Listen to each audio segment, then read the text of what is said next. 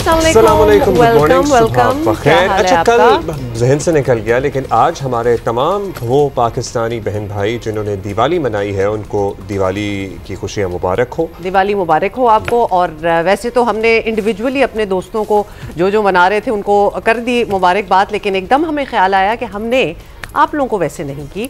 So here we are. और ये घरों के कुछ मनाजिर हम आपको दिखा रहे हैं कि लोगों ने एक्चुअली दिस इज थर, और बड़े ही खूबसूरत रंगों के साथ ये फेस्टिविटी बड़ी ही कलरफुल होती है।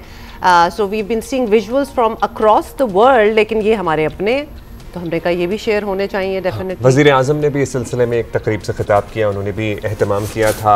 सो यस, हमारे यहाँ हिंदू बरादरी जितने भी पाकिस्तान में बसते हैं उन्होंने भरपूर अपने मजहबी अक़ीदत और एहतराम के साथ और मुकम्मल आज़ादी के साथ, जिसे कहते हैं ना, अपनी ये ईद, अपनी दिवाली मनाई है। Which is as it should be.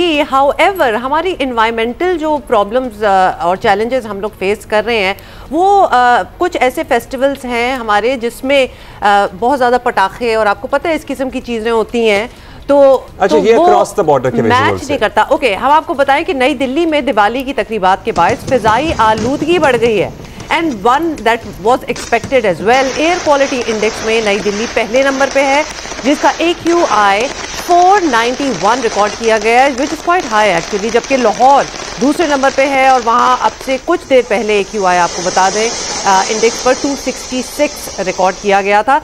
बड़ा आहिस्ता आहिस्ता, आपको पता है कि हमारा रीजन एक ही है, एक जगह आलूदगी होगी तो वो फिर ट्रैवल करके दूसरी जगह पहुंच ही जाएगी। So this has been a big contributor, big contributor. और हर साल आपको पता है दिवाली के सीजन में तो हमने पिछले साल 1000 से भी तजावुज करता हुआ देखा था। ये फिर भी जरा अंडर कंट्रोल हमें नजर आ रहा है, ऑल्दो ये भी बहुत ज्यादा मुज़र सेहत है।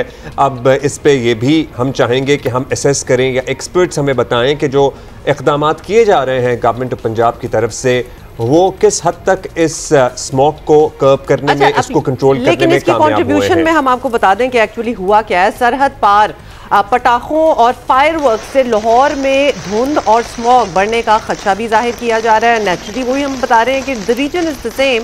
धर्मशाला की हवाएं गुजरावाला से लाहौर और फिर फैसलाबाद की तरफ से आएगी। लाहौर में एयर क्वालिटी बेहतर बनाने के लिए मुख्तलिफ इक़दामात आपको पता ही है किए जा रहे हैं। स्मोक गन्स का इस्तेमाल किया जा रहा है, फिर दीगर इक़दामात में वाटर स्प्रिंकलर्स हैं और एनवायरमेंटल प्रोटेक्शन अथॉरिटी फोर्स मुश्तरका ऑपरेशन भी कर रही है और वासा के साथ मिल गए एक्चुअली।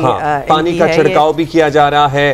पंजाब में जदीद टेक्नोलॉजी से लैस smog monitoring and control centre मुसलसल डेटा भी फराहम कर रहा है। वो डेटा एक्चुअली हर जगह नशर भी किया जाता है और सब तक पहुंचता है, चाहे वो सोशल मीडिया हो, डिफरेंट प्लेटफॉर्म्स हो।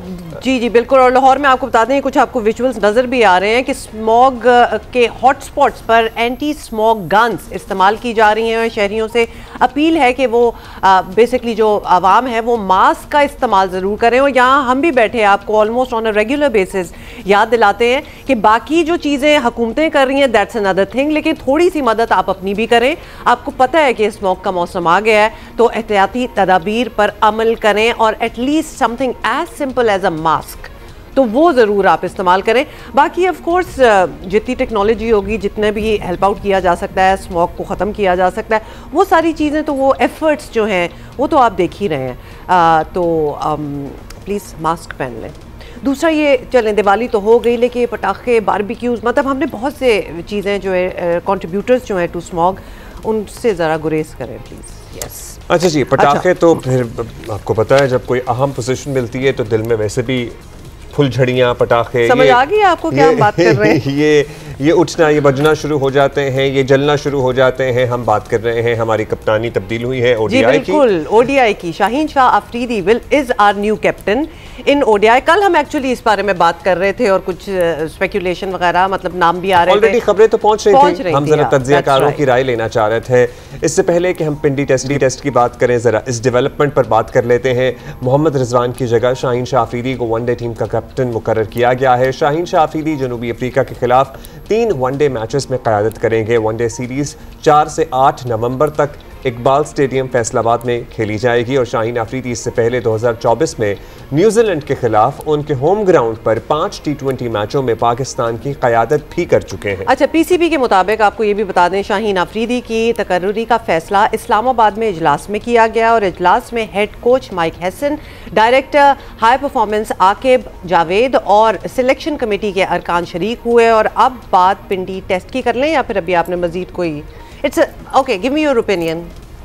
हम तो नेक तमन्नाओं का इजहार करेंगे। आपको पता है हम जरा राय देने से इज्तनाब करते हैं इन मौज़ूआत हम राय जानते हैं अपने जब राय जान रहे होते हैं तो उस दौरान थोड़ी सी हमसे निकल हमारी राय जो है वो सामने आ जाती है, सो आपको आइडिया हो जाता है। खैर, पाकिस्तान जनूबी अफ्रीका सीरीज के दूसरे टेस्ट के पहले दिन पाकिस्तान एक ज़बरदस्त एडवांटेज लेने की पोजीशन में था, लेकिन हो नहीं सका ऐसा। विकेटें जो गिरी हैं सो गिरी हैं, लेकिन रन्स बनाने की सुस्त रफ्तार ने जनूबी अफ्रीका की बड़ी हौसला अफजाई की हुई है। रावलपिंडी में भी बज़ाहिर लाहौर जैसी स्पिन फ्रेंडली पिच नज़र आई हमें, इसीलिए पाकिस्तान ने नुमान, साजिद और सलमान के साथ 39 साला आसिफ आफरीदी को भी टीम में शामिल किया है। उनको टेस्ट कैप मिली है। खुशकिस्मती थे हम, टॉस जीते और पहले हमने बैटिंग पकड़ी। नज़र आ रहा था कि पिच ऐसी मुश्किल नहीं है, अगर थोड़ी सी ट्रिकी ज़रूर है तो रन्स पहले दिन ही बनाने होंगे, क्योंकि उसके बाद पिच मज़ीद ख़राब हो सकती है। तो पाकिस्तानी बैटर्स की नीयत शायद यही होगी, लेकिन पूरे दिन में सिर्फ पौने 300 रन ही बनाए हैं। पौने 3 रन की औसत से फी ओवर हम 259 रन बना सके हैं बनाए हैं और इसमें कप्तान के 87 रन शामिल हैं। अब्दुल्ला शफीक के 57 हैं। बाबर और रिजवान एक बार फिर बड़ी इनिंग नहीं खेल सके। पाकिस्तान के पास अब भी लीड बचाने का चांस मौजूद है, लेकिन वो 4.5 वाला जो प्रेशर होता है ना, 550 वो लग रहा है, वो मुश्किल नजर आ रहा है। I don't think that's going to happen. तो आज का खेल जो है वो डेफिनेटली, वैसे तो रोज का ही दिलचस्प होता है। Senior sports journalist Abdul Majid Bhatti और हमारे राशिद भाई हमारे साथ हैं। कल ही हम बात कर रहे थे, आपको पता है, आप कह रहे थे तसलसल होना चाहिए ये, लेकिन जाहिर है हमें फ्यूचर को भी तो देखना है। अब रिजवान की आपको क्या लगता है बतौर कप्तानी, अगर उनकी क्रिकेट जारी रहती तो कितना उनके पास टाइम था, और अब शाहीन को जो मौका मिला है, आप इस फैसले को किस नज़र से देख रहे हैं? मुश्किल फैसला होगा, क्योंकि 10 लोगों ने गलत फैसला मिलके किया है। तो ये बहुत पहली दफा हुआ है। पहले तो चेयरमैन अनाउंस कर देता था, ये मैंने बना दिया था। अशरफ साहब आए, उन्होंने कहा कि बाबर आजम कप्तान नहीं बनेगा, शाहीन अफरीदी बनेगा और शान मसूद बनेगा। नजम सेठी आए, उन्होंने कहा शादाब बनेगा। अभी 2 दिन पहले ही से खबरें आना शुरू हो गई कप्तान वनडे का वर्ल्ड कप कब है? 2027 में। और शाहीन 3 T20 कौन से जीता हुआ है? मतलब कि PSL में वो तो T20 का कप्तान अच्छा है, तो हमने उसको वनडे का बना दिया। तो एक जहन में चीज आती है कि सलमान अली आगा को कैप्टन हम वर्ल्ड कप का बना रहे हैं या शादाब का वेट करेंगे। तो ये चीजें आना बाकी हैं। जो 10 लोगों ने बैठ के एक चीज बनाई है, बहुत बड़ा मेरे ख्याल से गलत फैसला किया है, क्योंकि शाहीन को अगर बनाना है तो अभी से बना देते आप T20 का कप्तान। बाकी जितने भी कप्तान आए उन्होंने 3 T20 नहीं जीते हुए, शाहीन ने जीते हुए, तो वो एक वेट हो जाता है। सलमान अली आगा हमारा वनडे का, मैंने शायद कल भी बात की थी, वनडे का अच्छा कप्तान हो सकता है, क्योंकि उसकी परफॉर्मेंस वनडे में बहुत अच्छी है, टेस्ट मैच में अच्छी है, वो एक्सेप्ट हो जाएगा। कल आप ये कह रहे थे राशिद भाई कि Salman Ali Agha is okay for T20, सो लेकिन जाहिर है हमने कल भी आपसे सवाल किया था कि उनकी अपनी जगह T20 के फॉर्मेट में जस्टिफाई नहीं हो पाती, उनकी कंट्रीब्यूशन इन द मैच नहीं नजर आती। लेकिन आप कह रहे हैं as a captain he would do better in ODI। So और नेचुरली उनकी कारकर्दगी, फैक्ट्स हैं कि उनकी कारकर्दगी टेस्ट और वनडे में बेहतर है। So the better would have been कि वो बनते ODI के कैप्टन और शाहीन बनते T20 के कैप्टन। आप ये कह रहे हैं? वो जी सिर्फ सूरत में बात की थी कि तसलसल जारी रहे, कि कंटिन्यू रखा जाए। फिर रिजवान भी कंटिन्यूएशन में आते हैं ना, फिर हम वो बात कर सकते हैं, हाँ दोनों को हमें लेके चलना है। अगर आपने रिजवान को हटा दिया तो हमें तो हटाना, पहले तो सलमान अली आगा को चाहिए था। चलो, रिजवान तो ऑस्ट्रेलिया भी वनडे सीरीज जीत के आया है, साउथ अफ्रीका भी जीत के आया है, चैंपियन ट्रॉफी में टीम ही हमारी गलत सिलेक्शन थी। देखिए ये बहुत बड़ा रैकेट बना हुआ है क्रिकेट बोर्ड में, सिलेक्शन कमेटी हो या जो लोग चला रहे हैं इसको, ये ठीक नहीं कर रहे। जितनी न्यूज या जितना बैकअप पाकिस्तान क्रिकेट बोर्ड को आजकल मिल रहा है पूरे मीडिया में, ऐसा तो कभी मिला ही नहीं। और सबसे वर्स्ट तरीन परफॉर्मेंस तो ये 2 सालों में हुई है। नहीं, तो फिर ये फैसला साजी मतलब इतने ज़्यादा थिंकिंग हेड्स ने बैठ के फैसला किया है। भट्टी साहब आप भी बताएं और अंदर की कोई खबर दें, तो ये फैसला किस बेसिस पे किया गया? मतलब राशिद भाई आप जो कह रहे हैं मेक्स परफेक्ट सेंस, क्योंकि हमें भी हत्तुल इम्कान यही लगता था भट्टी साहब कि शाहीन आफरीदी चूंकि इतने लाहौर कलंदर को पीएसएल जितवा चुके हैं को ज्यादा सूट करते हैं। देखिए राशिद भाई जो बात कर रहे हैं काफी हद तक वो सही बात कर रहे हैं, और पीसीबी ने जो कल प्रेस रिलीज जारी किया है उसमें दो बड़े नाम अभी मौजूद नहीं है जो कल फैसला साजी में शामिल थे। उनमें एक फॉर्मर पाकिस्तान कैप्टन मिसबाउल हक मौजूद थे उस मीटिंग में, उन्हें खास तौर पर इस्लामाबाद बुलवाया गया। सरफराज अहमद पाकिस्तान के एक और फॉर्मर कैप्टन, वो वहां मौजूद थे। लेकिन मसला ये है कि वर्ल्ड टेस्ट चैंपियनशिप का इंपॉर्टेंट तरीन मैच चल रहा है, उसका पहला दिन खत्म हुआ और मैच अभी एक करवट लेगा। पाकिस्तान ने 259 रन बनाए हैं, तो क्या जरूरत पड़ी थी कि ड्यूरिंग टेस्ट मैच या तो आप सीरीज से पहले कप्तान तब्दील कर लेते। देखिए राशिद भाई ने बहुत सारे उरूजो जवाल देखे हैं पाकिस्तान क्रिकेट के। ये ड्रेसिंग रूम का माहौल ड्यूरिंग टेस्ट मैच हमने खराब कर दिया। ऐसा ना हो कि रिजवान टेस्ट मैच खेल रहे हैं, रिजवान ने अभी एक इनिंग्स बैटिंग करनी है, उन्होंने 2 इनिंग्स विकेट कीपिंग करनी है, तो ड्यूरिंग टेस्ट मैच हमने ये सब कुछ कर दिया। अब इसके पीछे थॉट प्रोसेस क्या था कि पाकिस्तान टीम के जो हेड कोच थे क्या है माइक हैसन, उन्होंने पीसीबी से कहा कि मुझे मोहम्मद रिजवानी चाहिए, मुझे शाहीन शाह आफरीदी चाहिए। शाहीन शाह आफरीदी की एज ए लीडरशिप हमें कोई उनकी सलाहियतों पर शक नहीं है, लाहौर कलंदर्स को पीएसएल जितवाए हुए हैं। लेकिन मेरा सवाल क्रिकेट बोर्ड से ये है कि रिसेंट पास्ट में 2 फॉरेन कोचेस जेसन गिलेस्पी और गैरी कर्स्टन ये शोर मचाते हुए अपने ओहदे से मुस्ताफी होकर चले गए कि हमें इख्तियारात दिए जाए। आपने उन दोनों को इख्तियारात नहीं दिए, आपने यकायक माइक हैसन ने ऐसा क्या कर दिया कि माइक हैसन को आपने इख्तियारात दे दिए। फिर हमें ये भी अभी प्रेस रिलीज में पता नहीं चल रहा कि शाहीन शाह आफरीदी को कब तक कप्तान बनाया गया है। तो मेरा ख्याल में टाइमिंग गलत है, या तो सीरीज से पहले अनाउंस कर देते, ड्यूरिंग टेस्ट मैच अनाउंस करना। भट्टी साहब सॉरी, हम ये भी टाइमिंग के हवाले से, हाँ लेकिन टाइमिंग के हवाले से हमने जरूर ये मेंशन करना है कि एक साल पहले या 1.5 साल पहले पाकिस्तान टीम इंडिया गई हुई थी, तब भी याद है आपको कॉन्ट्रैक्ट वगैरह ऐसी। हम लोग अभी तक सीखे क्यों नहीं है कि किस टाइम पे कोई बात होनी चाहिए। And you are very right, this will and naturally इंसान है, इम्पैक्ट तो करेगा ना आपकी प्ले को अगर आपको हटा दिया जाए। हम अब टेस्ट मैच तो खेल ही रहे हैं, टेस्ट की कप्तानी तो तब्दीली की गई, वो चले टेस्ट मैच के बाद बना देते, वनडे का कैप्टन अनाउंस कर देते, उससे क्या फर्क? हाँ लेकिन रिजवान की परफॉर्मेंस पे तो मतलब इंसान है, किसी को भी इफेक्ट कर सकती है बात। देखिए अब्दुल्ला, फॉर्मेट बिल्कुल डिफरेंट है, लेकिन मोहम्मद रिजवान भी इंसान है ना, उसको ड्यूरिंग टेस्ट मैच ये आपने झटका लगा दिया। Absolutely. इससे ड्रेसिंग रूम के माहौल पे काफी असर पड़ सकता है, और प्लेयर्स जो हैं वो काफी सेंसिटिव होते हैं। हम माजी में जिन चीजों को कंट्रडिक्ट कर रहे थे, आज हम वही चीजें कर रहे हैं। देखें मिसबाउल हक जो मेरी इत्तलात है, आप बहुत जल्द देखेंगे पीसीबी में किसी बड़े ओहदे पर हम उन्हें देखेंगे। वो कल फैसला साजी में शामिल थे, सरफराज अहमद को बुलवाया गया, सिलेक्शन कमेटी मौजूद थी, माइक हैसन मौजूद थे।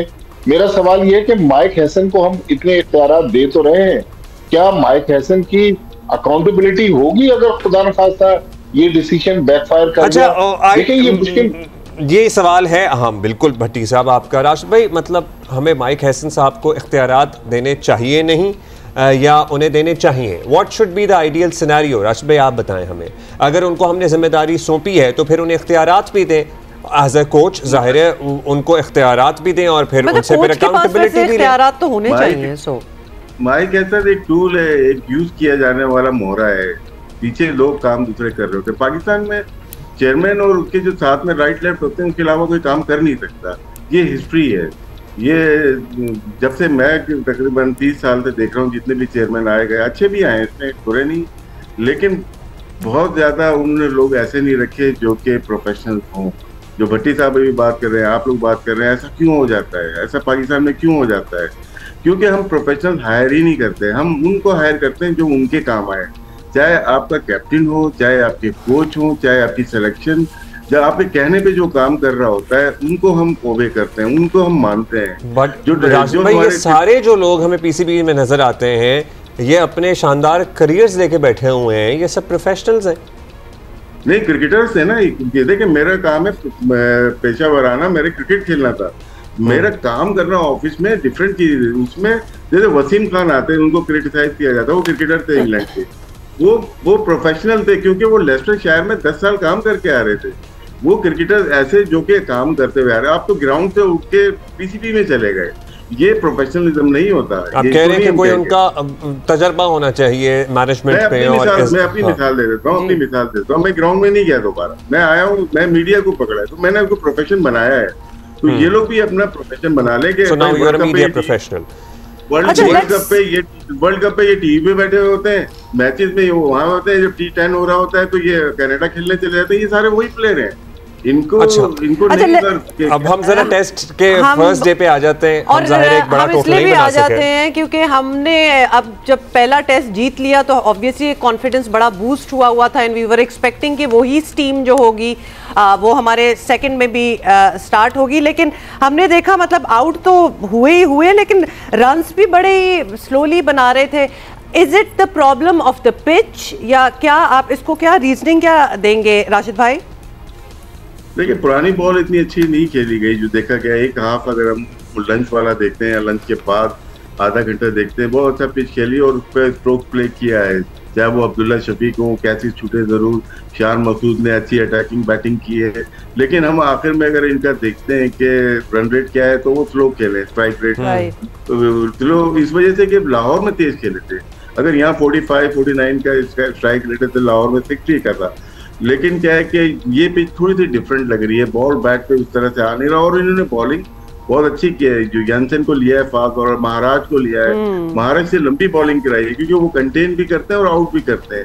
तो मेन फैक्टर जो है यानसन का और महाराज का है, जो कि दो बेस्ट बॉलर दुनिया के आए हैं। ठीक है, उनको सपोर्ट इतनी नहीं मिली है यानसन को, लेकिन महाराज को मिली है, उन्होंने 2 विकेट लिए, तो उनकी बॉलिंग एक तो बहुत अच्छी हुई है, और पिच शायद लाहौर से हट के पीछे थोड़ी बॉल बैट पे आ नहीं रही इस तरह। 259 काफी है फर्स्ट डे के लिए।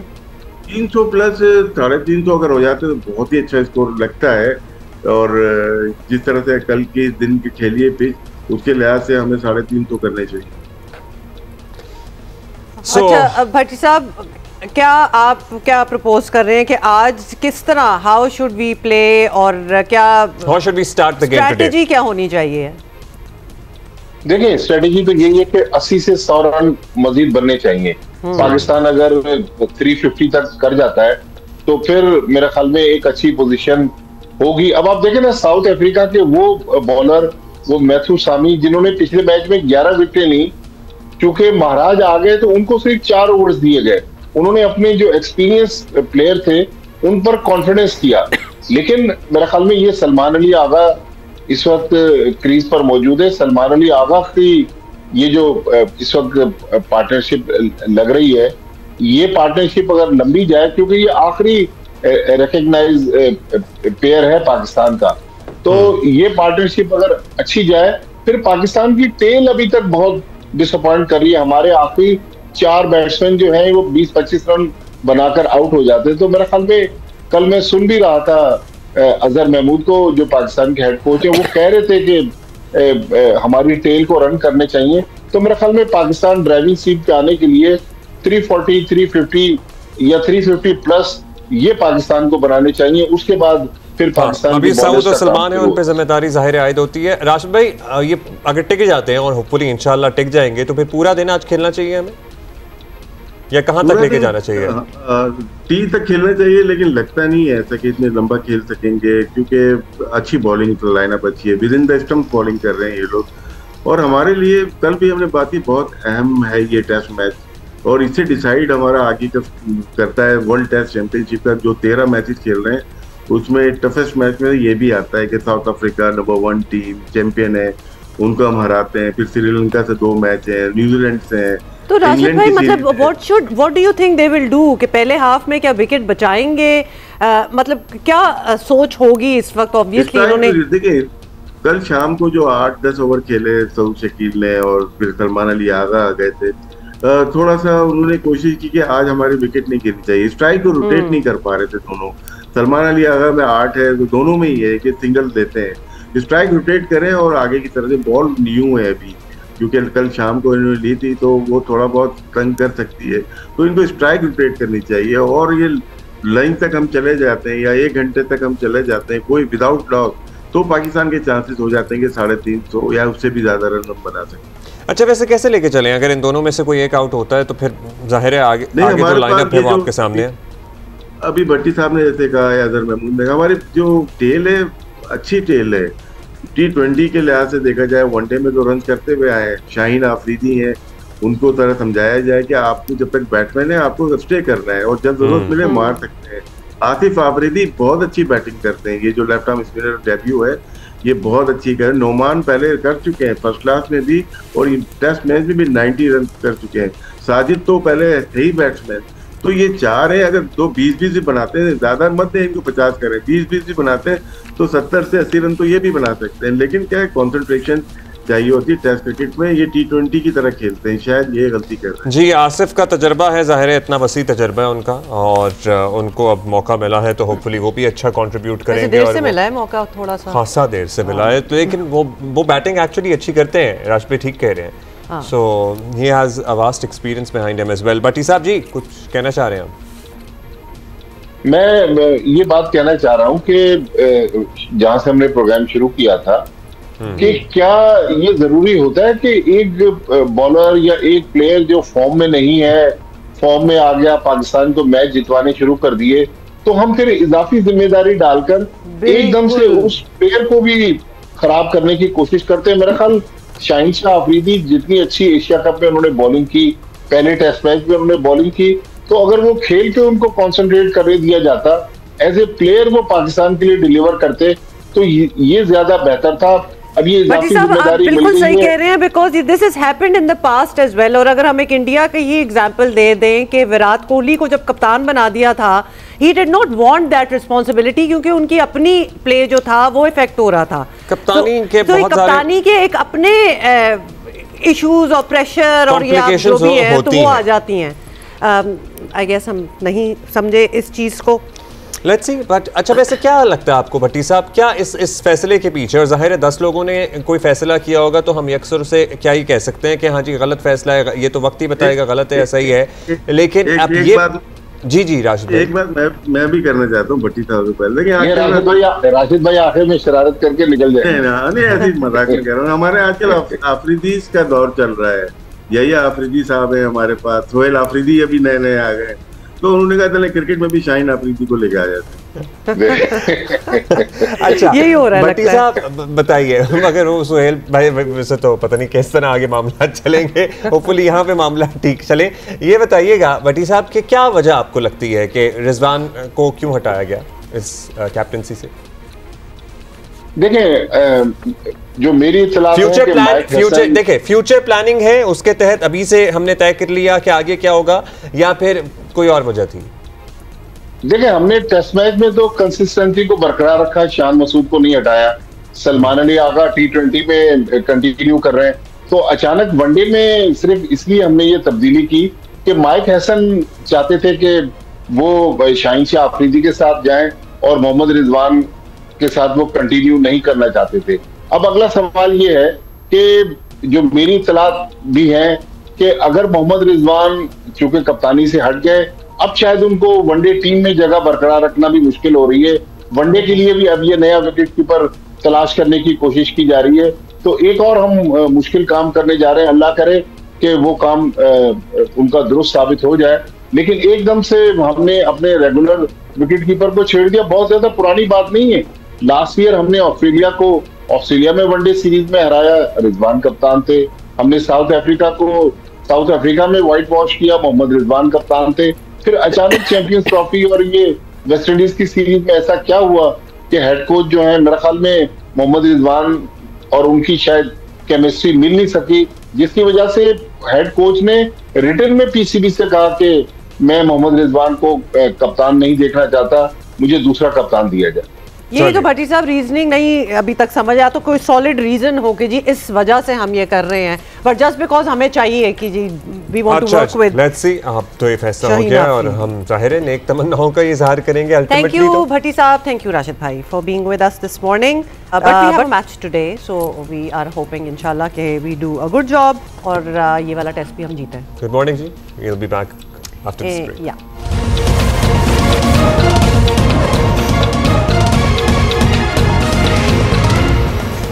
अच्छा जी, ये सुने, और ये ऐसी खबरें जो है ना वो मुड़ मुड़ के पता नहीं क्यों आ जाती हैं और आई गेस इतना कोई स्ट्रिक्ट एक्शन लिया नहीं जाता, क्योंकि कराची में मुर्दा मुर्गियों का गोश्त फरोख्त हो रहा है और बिरयानियों और मुख्तलिफ पकवानों में लोगों को खिलाया भी जा रहा है। ज्यादा जो है ना शवारमों में आपको मिलेगा। ओहो हो, अब पूरी एक लिस्ट दे दो मेन्यू क्या क्या है जी। गुलबर्ग पुलिस ने 2 दिन पहले मूसा कॉलोनी में कार्रवाई करके 2 मन से ज्यादा मुर्दा मुर्गियों का गोश्त बरामद किया है।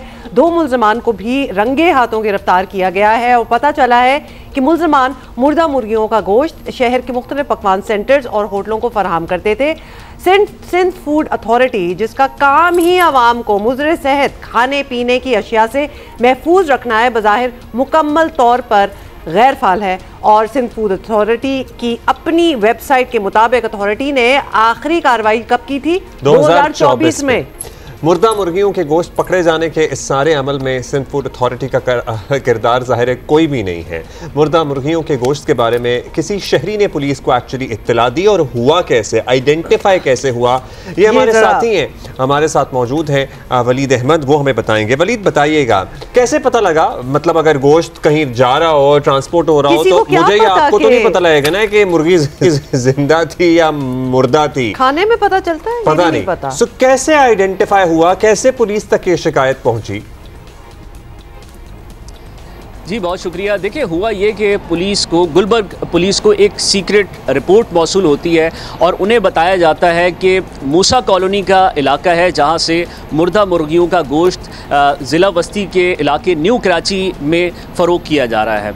असल में मूसा कॉलोनी में एक मार्केट है जहां पर जो मुर्गियों का कचरा होता है वो पहुंचता है कराची के मुख्तलिफ़ इलाकों से और फिर उससे फीड बनती है मुर्गी की। तो हुआ ये कि जब पुलिस को ये इत्तला मौसूल हुई तो पुलिस ने वहाँ की जो यूनियन है उनसे रब्ता किया और उनको बताया कि भाई हमें ये खबर मिली है कि आपके यहाँ से मुर्दा मुर्गियों का गोश्त कराची के मुख्तलिफ इलाकों में सप्लाई हो रहा है। वो बिरयानी की दुकानों पर भी जा रहा है, वो मुख्तलिफ रेस्टोरेंट्स पर जा रहा है, वो शवरमा शॉप्स पर भी जा रहा है, उससे जिंगर और बर्गर भी बन रहे हैं, उससे चिकन टिक्का भी बन रहा है। तो फिर इसी यूनियन ने मदद की पुलिस की और फिर 2 लोगों को गिरफ़्तार किया गया। जब पुलिस ने इन 2 लोगों को, अनवर को और कमाल को गिरफ़्तार कर लिया तो फूड अथॉरिटी से रब्ता किया गया और उनको बताया गया कि हमने खुफिया इत्तला पर 2 लोगों को गिरफ्तार किया है। इस गोदाम से मरी हुई मुर्गियां भी हमने पकड़ी हैं और रंगे हाथों मुल्ज़िमान को पकड़ा है। आप आइए, क्योंकि ये हमारा दायरा इख्तियार नहीं है, आप आइए, आप कार्रवाई कीजिए, इनके खिलाफ एफआईआर दर्ज करवाइए। हमारे पास कन्वेंस नहीं है आने की। पुलिस ज़राए ने हमें ये बताया कि पहले तो उन्होंने कहा कि हम मीडिया के साथ आएंगे और उसके बाद फिर आकर इसको देखते हैं, लेकिन पुलिस के मुताबिक, पुलिस ज़राए के मुताबिक तकरीबन 8 घंटे बाद सिंध फूड अथॉरिटी का अमला वहाँ पर पहुँचा और पहुंचने के बाद उन्होंने एक नोटिस जारी कर दिया और नोटिस में ये कहा गया कि इस जगह को ठीक कर लीजिए, ये जो आपका मयार है मुर्गी का इसको ठीक कर लीजिए। उस नोटिस में भी कहीं ये नहीं लिखा, हालांकि तमाम शवाहिद मौजूद थे कि ये मुर्दा मुर्गियाँ हैं, लेकिन इसके बावजूद नहीं लिखा। लेकिन पुलिस बजट थी कि मामला इंसानी सेहत का है और पुलिस ने फिर दफ़ा 259 और 273 के तहत जी वलीद, जिसका काम है सिंध फूड अथॉरिटी, बड़े नाइस लोग हैं, वो ज्यादा सख्ती नहीं करते, मतलब सख्ती नहीं करते, बहुत ही नाइसनेस में फिर वो बैठ जाएं। लेकिन उनकी आखिरी कार्रवाई जो उनकी वेबसाइट पे है वो 2024 की है। मतलब what is this authority made of, इसको कौन हेड कर रहा है, कितने लोग हैं, किस डिपार्टमेंट के तहत आती है, क्या प्रोटोकॉल होता है कि हर किसी भी किसी का कॉल आए तो ये पहुंचते हैं वहाँ या खुद छापे मारते हैं? मैं इसका पूरा मैकेनिज्म आपको समझाता हूँ। देखिए, जो सूबाई वज़ीर खुराक हैं मखदूम महबूब साहब, उनके अंडर ये आता है। उसके बाद फिर डीजी होते हैं, डीजी के बाद फिर फूड सेफ्टी ऑफिसर्स होते हैं। जो बैनुल-अक़वामी मयार है वो ये है कि 1 लाख की आबादी पर एक फूड सेफ्टी ऑफिसर होना चाहिए, लेकिन सिंध में, पूरे सिंध की हम बात करें, सिर्फ 80 food officers, food safety officers हैं।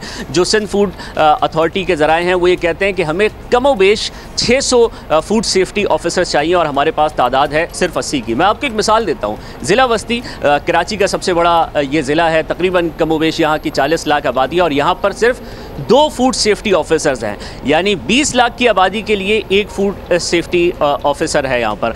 अच्छा, फिर नहीं तो एक सेकंड, एक उनको सिर्फ हुकूमत ग्रांट देती है। अगर जी आप कह रहे हैं 80 हैं और होने कितने ज्यादा चाहिए, 100%, हम तो सिर्फ कराची का ही सोच रहे हैं तो बहुत ज्यादा होने चाहिए। इनकी क्वालिफिकेशन क्या होती है? मतलब हम सोच रहे हैं कि क्यों ज्यादा नहीं है, क्या ये बहुत ही कोई नीश क्वालिफिकेशन होनी चाहिए? अब तो वैसे डिग्री भी होती है, food sciences, food health sciences, food safety sciences. We want to know. Food department बना हुआ है, कराची यूनिवर्सिटी का फूड डिपार्टमेंट है वहीं पर। अच्छा, ये भी बहुत अहम बात है कि जो कराची यूनिवर्सिटी में लेबॉर्ट्री बनी हुई है वहीं पर सारे टेस्ट भी होते हैं। सिंध फूड अथॉरिटी का ये बताना है कि ये हमारे ही ताउन से बनी है, हमने ही इसको इस्टेब्लिश किया है, हमारे ही यहाँ पर लोग होते हैं। खैर, जो आपने सवाल किया हुमा वो बहुत अहम है कि क्या वजह है कि क्यों ऑफिसर्स, फूड सेफ्टी ऑफिसर ज़्यादा नहीं है। सिंध फूड अथॉरिटी उसका जवाब ये देती है कि हमें तो सिंध हुकूमत की तरफ से सिर्फ 20 करोड़ रुपए की सालाना ग्रांट मिलती है और उसी में हमें पूरे सिंध को चलाना होता है। फिर जो हम जमा करते हैं, अपने फ़ंड्स जमा करते हैं, या फिर जो हमारे लाइसेंस की फ़ीस की मद में जो पैसे जमा होते हैं या जुर्माने की फ़ीस की मद में जो पैसे जमा होते हैं, वो भी इतने ज़्यादा नहीं है कि हम अपने जो रेगुलर एक्सपेंडिचर हैं वो पूरे कर पाएँ। सिंध फूड अथॉरिटी का ये कहना है कि हमारे खर्चे कम से कम 5 या 6 करोड़ रुपए के हैं, तो ये तो सिर्फ हमारे खर्चे भी इस रकम से पूरे नहीं होते और बड़ी मुश्किलों से तनख्वाहों की अदायगी होती है और ये सारा मामला होता है। लेकिन यहाँ पर 2-4 चीज़ों की निशानदेही ज़रूरी है। मैं आपको मैकेनिज़्म समझा रहा हूँ। जब आपने सवाल किया कि आखिरी खबर 2024 में आई थी, मैं ग्रुप देख रहा था SFA मीडिया का, तो उसमें कमोबेश 1.5 साल में सिर्फ 20 खबरें आई हैं। Can you imagine? आपने भी यकीनन राब्ता किया होगा सिंध फूड अथॉरिटी से, मुझे नहीं मालूम उन्होंने क्या जवाब दिया। हमने भी इस मामले पर जी हमने बिल्कुल बारहा राब्ता किया था, लेकिन आपका राब्ता हुआ, हमसे तो नहीं हो पाया। मतलब हमने कोशिश की है कि वो अपने मौक़िफ़ दें आके। कल पूरे दिन मैं DG से, जो DG सिंध फूड अथॉरिटी हैं शहजाद फजल साहब, उनसे रब्ता करता रहा। 4-5 बार उनको कॉल की, व्हाट्सअप किया, मैसेज किया, लेकिन किसी तरह कोई जवाब नहीं आया। फिर जो मीडिया कोऑर्डिनेटर हैं, बड़ी मुश्किल से उनको भी काफ़ी देर बाद उनसे रब्ता हमारा हो पाया और उनसे मैंने कहा कि भाई हम इस पर बात करेंगे, आप अपना मौक़िफ़ दीजिए। तो उन्होंने कुछ बातें बताई और कुछ बातें फिर हमने मुख्तलिफ ज़राए से हासिल की। एक ये भी बात बहुत अहम है कि तकरीबन 1.5 साल में सिंध फूड अथॉरिटी के 4 DG तब्दील हो चुके हैं और ये आप देखें कि हर 4-5 महीने बाद एक DG तब्दील हो जाता है। आगा फखर थे, मुजम्मिल हुसैन आ गए, मुजम्मिल हुसैन फिर 4 महीने रहे, फिर आसिफ जान 3-4 महीने रहे, वो भी चले गए और अब शहजाद फजल हैं जो आपने बात बताई है जी वली, जो सारी आपने ये कहानी सुनाई है, इससे क्लियर है कि इसको सीरियसली नहीं लिया जा रहा। इसके पीछे भी बड़ी मजे की कहानी है कि क्यों 4-5 माह बाद DG तब्दील हो जाते हैं, क्या सबब है उसका। जैसे मैंने अर्ज़ किया तो मुख्तलिफ ज़राए से हमने मालूमात ली, बल्कि एक साबिक DG से भी मैंने बात की तो उन्होंने ये कहा कि एक रोज़ मैंने एक जगह ज़िला गरबी में सदर के इलाके में एक रेस्टोरेंट पर छापा मारा और उसके बाद, वो बड़ा रेस्टोरेंट था, उसके बाद फिर मुझे कॉल आती है एक सियासतदान की और वो कहते हैं कि आपने गलत काम किया, ये मेरा रेस्टोरेंट है।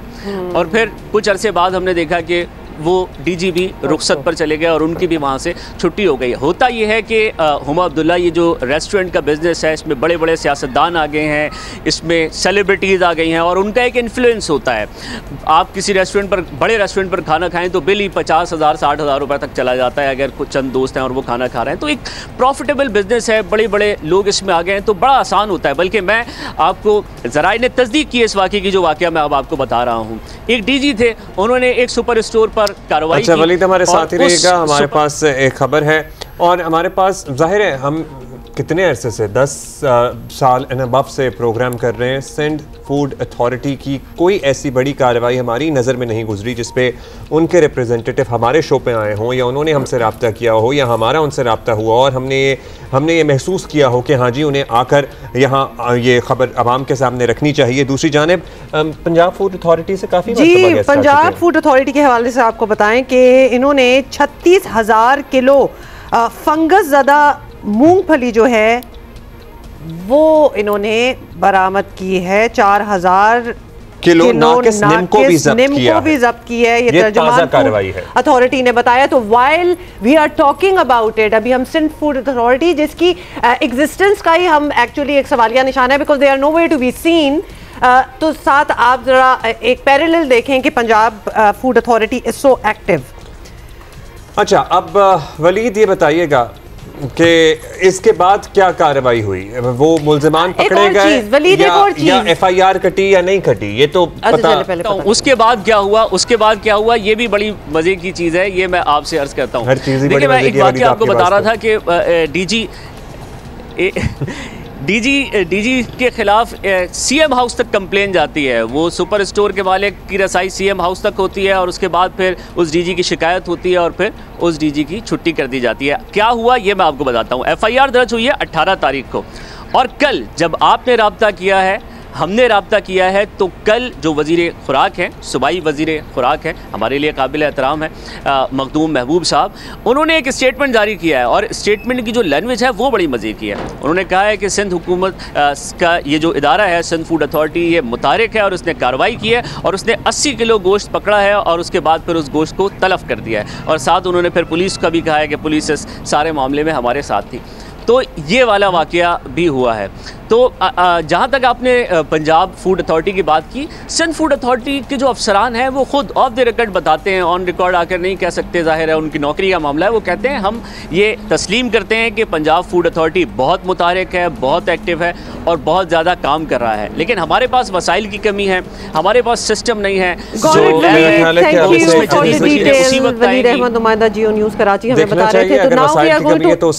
क्योंकि ये पाकिस्तान का सबसे बड़ा शहर है, यहाँ पर 3 करोड़ से ज़्यादा आबादी अगर इस एक ही शहर में बसती है, या बाकी सूबे के आप हालात देख लीजिए, तो कितने अफसरान होने चाहिए, क्या उनके पास वसाइल होने चाहिए? नहीं, ये होने चाहिए वाली बात है। This requires the attention of CM Sindh. ये इतनी इंपॉर्टेंट चीज है। मतलब आप बिल्कुल सही आप कह रहे हैं कि millions of people live here और कोई फूड चेक एंड बैलेंस नहीं है। और मेरा तो ये भी सवाल वलीद से था कि अगर हम मुर्दा गोश्त खा रहे हैं, क्या हमें पता भी है कि what we are eating exactly? So लिहाजा ये तो special attention of CM Sindh हमें चाहिए। Mayor Karachi, they should take this up on emergency footing. ये इसको एक अपॉर्चुनिटी जाने, रिवैम्प दिस होल अथॉरिटी और इसको मुतहरिक बनाएं, फाल बनाएं। और जाहिर है जब आप फाल बनाएंगे तो हम ही ये खबरें आवाम तक पहुंचाएंगे। अच्छा, अभी हम एक ब्रेक ले रहे हैं। ब्रेक के बाद हाजिर। Good morning.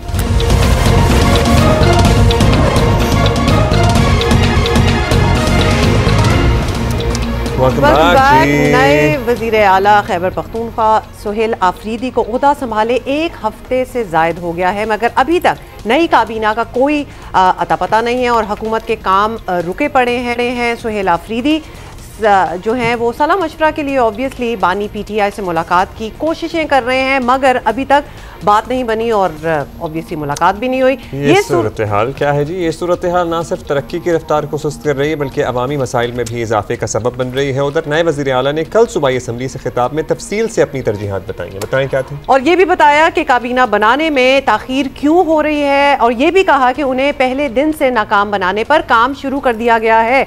वो खुद बता रहे हैं कि क्या क्या हो रहा है। जी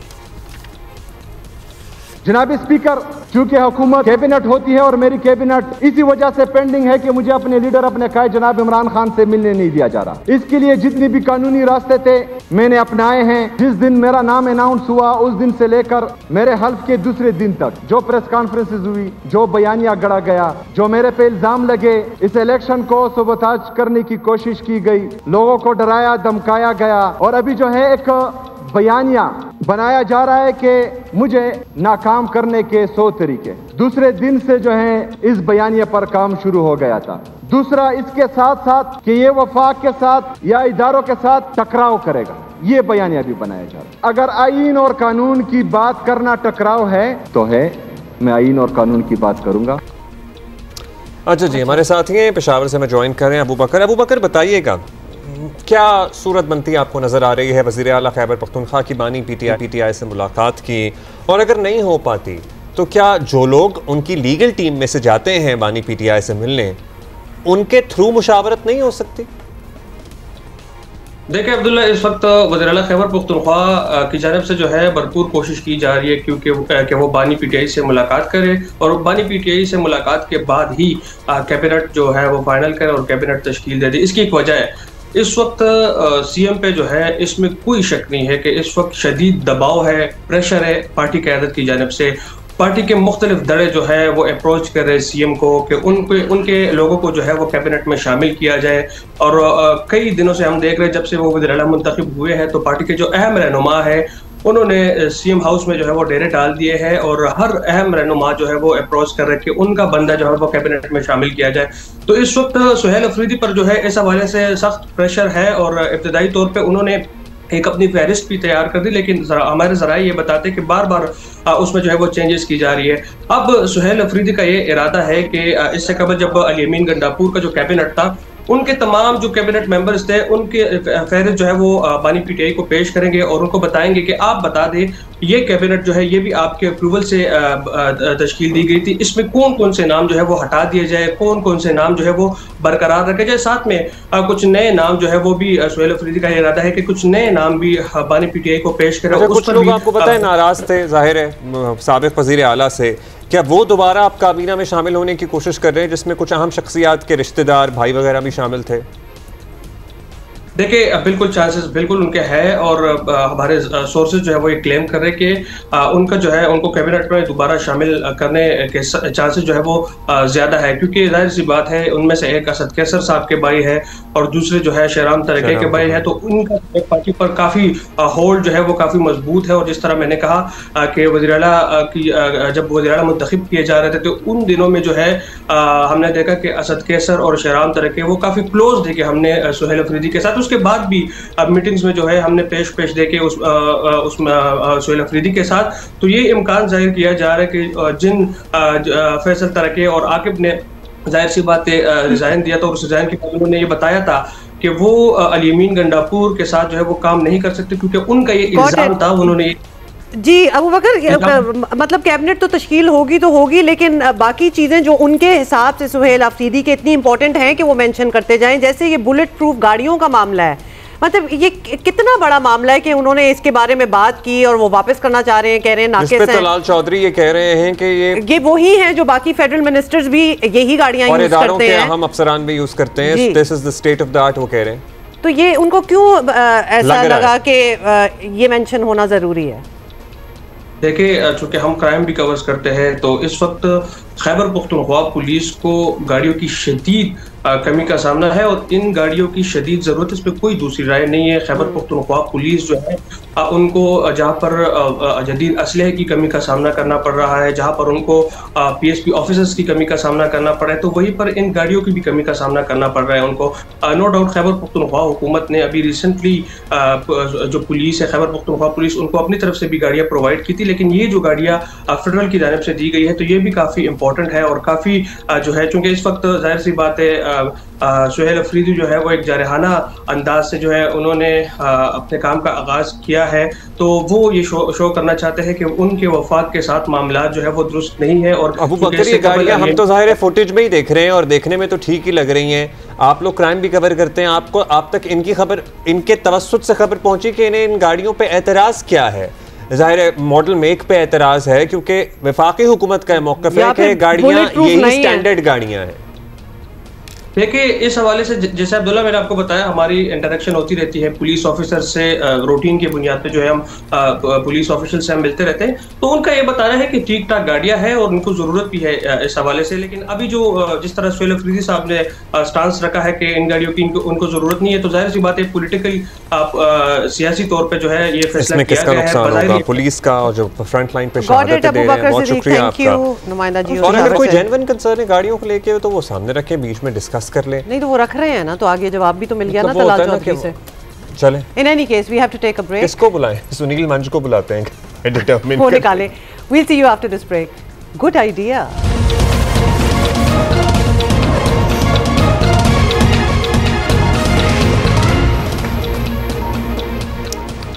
वेलकम बैक जी। खबर अफसोसनाक ही है, पाकिस्तान में पोलियो का एक और केस रिपोर्ट हुआ है और ज़रा ये बता रहे हैं वजारत सेहत के कि साल 2025 में पोलियो केसेस की मजमूई तादाद हो गई है 30।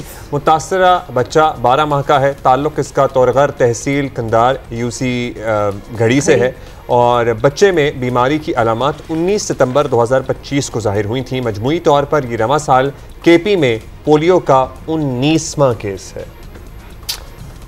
अच्छा जी, नेशनल इमरजेंसी ऑपरेशन सेंटर के मुताबिक साल 2025 की चौथी कौमी इंसदाद पोलियो मुहिम कामयाबी से मुकम्मल कर ली गई है और बताया जा रहा है कि हमें, बल्कि हमने आपको ही बताया था कि 13 से 19 अक्टूबर के दौरान चलाई गई इस मुहिम में 4 लाख से ज़ायद पोलियो वर्कर्स घर घर जाकर बच्चों को वैक्सीन उन्होंने पिलाई। मजमूई तौर पर मुल्क भर में 4 करोड़ और 39 लाख से ज़ायद बच्चों को इंसदाद पोलियो के खतरे पिलाए गए और अटैक भी हुआ था। आपको पता ही है पोलियो टीम पे जनूबी खैबर पख्तूनख्वा में पोलियो मुहिम कल से शुरू की गई है। सिक्योरिटी के लिहाज से ये इलाका खासा हसास समझा जाता है, जहां पोलियो वर्कर्स को खासे चैलेंजेस का सामना करना पड़ता है। सो एक तो हम सलूट करेंगे कि वो इन मुश्किल और नामसाइद हालात में भी हमारे कौम के बच्चों के लिए, उनके मुल्क के लिए ये टास्क अपने सर लेते हैं और ये फ़र्ज़ सर अंजाम देते हैं अपना कौमी फ़र्ज़ समझ कर। फोकल पर्सन है इंसदाद पोलियो प्रोग्राम की आयशा रज़ा फारूक हमारे साथ हैं। आयशा साहिबा, thank you for being with अस। ये बताइएगा, जब हम कहते हैं कि जी बड़ा सक्सेसफुली हमारा प्रोग्राम जो है वो ख़त्म हुआ और हमने इतने दिन पोलियो के कतरे इतने करोड़ बच्चों को पिलाए एंड ऑल दैट, और उसके बाद फिर कुछ केसेस आ जाते हैं, हम इसको कितना सक्सेस माने? Because numbers are just increasing. जी अस्सलाम वालेकुम, thank you Humayun Abdullah for taking me on the show. और आप बहुत रेगुलरली हमारे पोलियो को कवर करते हैं। I think that's very important. आपने बिल्कुल ठीक कहा, ये जो अक्टूबर की नेशन वाइड कैंपेन अभी इख्तिताम पे आई है, ये 2025 की चौथी नेशन वाइड कैंपेन थी, जिसमें प्रोग्राम ने बड़े successfully, as you said yourself, 4 crore तकरीबन 40 लाख 5 साल से कम बच्चों को पोलियो के कतरे पिलाए हैं। और इसके बावजूद आपने सही कहा, 30 बच्चे जो हैं वो पोलियो से इस रवां साल माजूर हुए हैं। लेकिन आई थिंक जहाँ पे हम प्रोग्राम के सक्सेस का एनालिसिस करते हैं, वहाँ पे बहुत ज़रूरी है ये समझना कि इन इंसदाद पोलियो मुहिम के ज़रिए आपने सैकड़ों बच्चों को पोलियो जैसी मुहलिक बीमारी से बचाया है। और जहाँ पे हमारा हदफ 4 करोड़ 50 लाख बच्चों का है ओवरऑल इन द कंट्री, वहाँ पे 30 बच्चों को पोलियो इस वक्त हुआ है। तो अगर हम सिर्फ बात करें यहाँ पे ऑब्जेक्टिव्स की कि पोलियो का डिजीज़ का बर्डन को कम करना है, तो we have been very successful. लेकिन हमारा ऑब्जेक्टिव इज इरेडिकेशन, जहाँ पे 1 case is too many also. Eradication का हमारा टारगेट है, फोकस है, लेकिन हम इसको इरेडिकेट करने के बहुत करीब आ गए थे, जिसमें जाहिर है उसके बाद मल्टीपल फैक्टर्स वजह बने और हम दोबारा से देखना शुरू हो गए पोलियो केसेस में राइज। क्या अब खैबर पख्तूनख्वा की अगर बात करें तो 19 केसेस 2025 में वहाँ से रिपोर्ट हो चुके हैं। एक तो हमें कंपैरेटिव एनालिसिस दे दें, क्या सबसे ज़्यादा बलूचिस्तान से आ रहे हैं या सिंध से आ रहे हैं, पंजाब से आ रहे हैं, खैबर पख्तूनख्वा से आ रहे हैं? और अगर खैबर पख्तूनख्वा से आ रहे हैं या बलूचिस्तान से आ रहे हैं तो इन जगहों से ज़्यादा केसेस रिपोर्ट होने की क्या वजूहत है? जी, इस वक्त जो 30 केसेस हैं उनमें से 19 cases are from Khyber Pakhtunkhwa और उनमें से 16 सिर्फ जनूबी खैबर पख्तूनख्वा के जो 7 अजला हैं वहाँ से सिर्फ हैं, they are concentrated there. Sindh से 9 केसेस हैं, पंजाब से 1 है, जीबी से 1 केस है, बलूचिस्तान से कोई केस सामने नहीं आया है। और जो 16 केसेस हमारे साउथ केपी के अजला से हैं, वहाँ पे चूँकि हमारी टीम्स की रसाई पूरी तरह से हर घर में मुमकिन नहीं हो पा रही, तो वहाँ पे नेचुरली जब वैक्सीन नहीं पहुँच रही तो वहाँ पे केसेस भी ज़्यादा नुमाया वहाँ से नज़र आ रहे हैं। आपकी गलती है कि वैक्सीन नहीं पहुँचती तो वहाँ पे आपको रसाई मिलती नहीं है। जी, वहाँ पे कुछ आपको मालूम होगा सिक्योरिटी के जो इस वक्त चैलेंजेस हैं, हम अपनी पोलियो टीम्स को मुकम्मल तौर पर सिक्योरिटी प्रोवाइड करना चाहते हैं, तो चूंकि हमारी रसाई सिक्योरिटी की वजह से मुमकिन नहीं, प्रोग्राम जो है वो आउट ऑफ द बॉक्स वहाँ पे सोच रहा है। हमने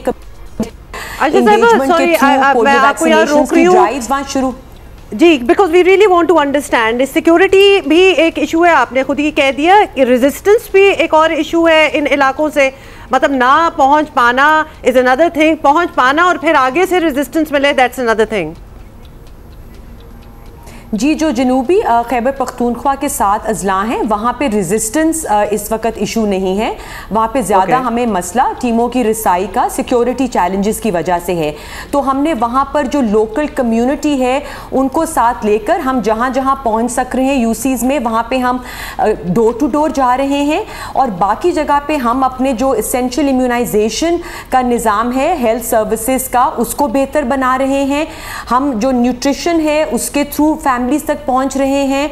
हम जो सैनिटेशन वॉश है उसके थ्रू फैमिलीज को जो बावर करा रहे हैं कि पोलियो का खात्मे में सिर्फ ये डोर टू डोर वैक्सीनेशन ही सिर्फ ज़रूरी नहीं है, लेकिन हमें क़ुव्वत मुदाफ़ियत बढ़ाने के लिए बेहतर ग़ज़ा की ज़रूरत है, एसेंशियल इम्यूनाइजेशन की ज़रूरत है और अब सफाई की तरफ भी तवज्जो देने की ज़रूरत है, ताकि जब तक टीमों का completely door to door possible ना हो वैक्सीनेशन की मोडालिटी पे जाना, तब हम ये out of the box campaigns के ज़रिए वहाँ पर जाएंगे। जो बाकी मुल्क है वहाँ पे अगर आप देखें तो खैबर पेशावर में इस वक्त कोई पोलियो का केस सामने नहीं आया है। क्वेटा ब्लॉक जो हमारा रिजर्वायर एरिया ट्रेडिशनली रहा है वहाँ पे केस सामने नहीं आया है। कराची इटसेल्फ जो हमारा प्रॉब्लमैटिक एरिया रहा है वहाँ पे केस नहीं आया है, लेकिन हमारे जो माहौलियाती नमूने हम कलेक्ट करते हैं टू गाइड द प्रोग्राम वो अभी बहुत से पॉजिटिव हमें इन सब इलाकों से नज़र आ रहे हैं, जिसका मतलब है कि पोलियो इस वक्त भी मौजूद है।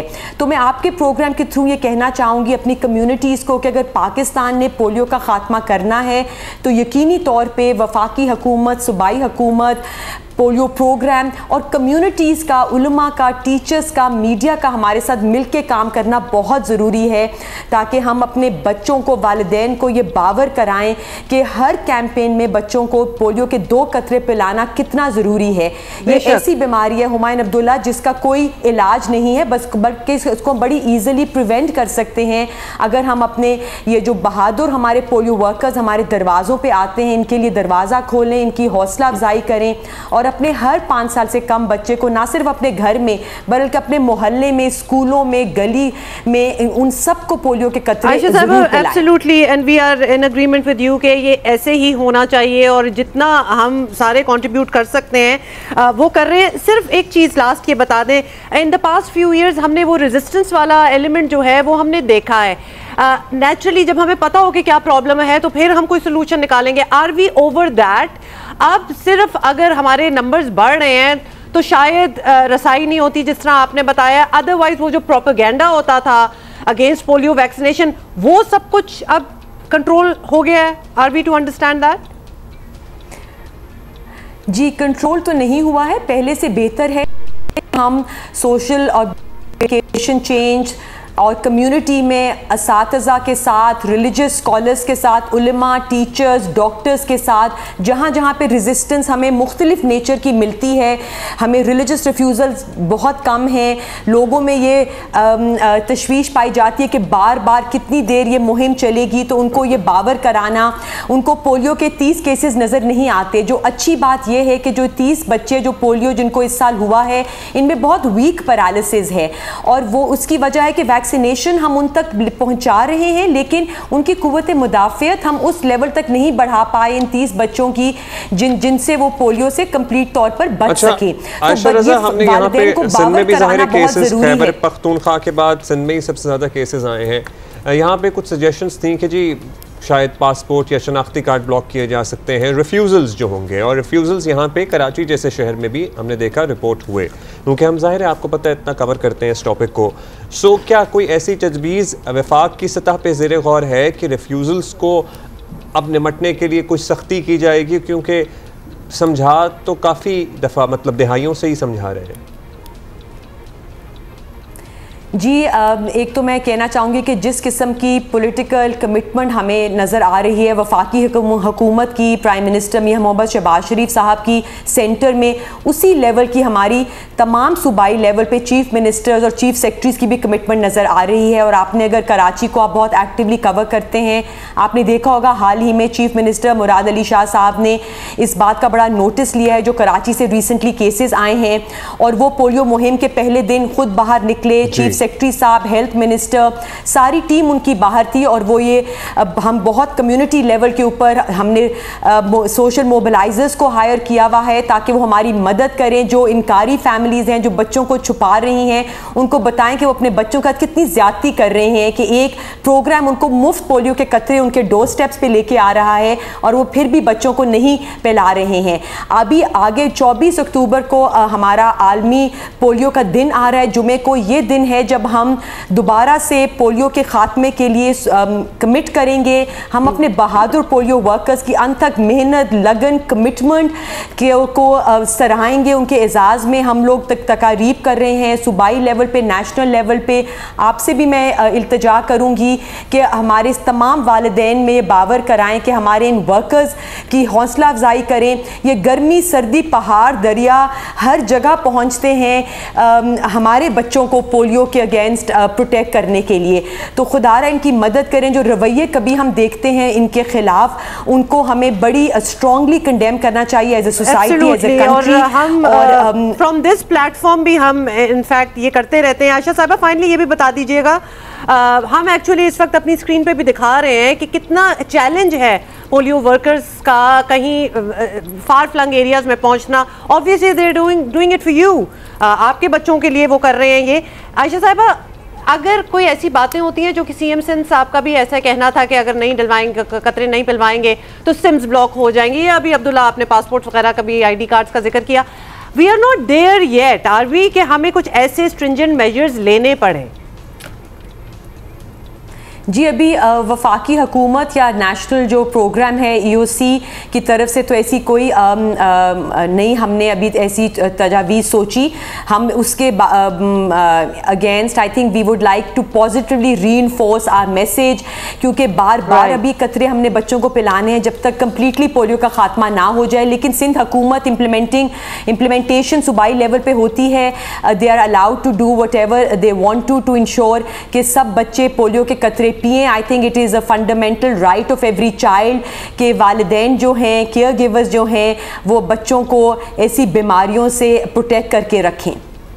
बहुत शुक्रिया आपका आयशा रज़ा फारूक साहिबा, फोकल पर्सन इंसदाद पोलियो प्रोग्राम। मतलब we can not stress enough, हर बार, हाँ, we can not stress enough how important it is. मतलब ये इम्पेरेटिव है कि भाई आपने ये तो करवाना ही करवाना है कि अपने बच्चों को आप पोलियो के कतरे और ये सिर्फ आपके लिए जरूरी नहीं है, इस पे कोई नेगोशिएशन नहीं होनी चाहिए। ये आपके इर्द गिर्द जो बच्चे मौजूद हैं ना, उनके लिए भी बेहद ज़रूरी है, क्योंकि जब वायरस किसी एक कम्युनिटी में, किसी एक मोहल्ले में, किसी एक जगह पे परवान चढ़ता है तो वो सारे बच्चों को मुतासर कर सकता है। इसलिए अगर आपके इलाके में, आपके मोहल्ले में या आपके साथ वाले घर में कोई ऐसा नज़र आ रहा है आपको वालिदैन में से जो आपके सामने इनकार कर रहा है, तो प्लीज़ आप उनको समझाने की और कायल करने की कोशिश करें। फिर ये आपकी ड्यूटी है कि एटलीस्ट अपने मोहल्ले, अपने एरिया तक तो आप अपने बच्चे महफूज रहे, उनके बच्चे के कतरे ना पीने की वजह से आपके बच्चों को भी नुकसान हो सकता है।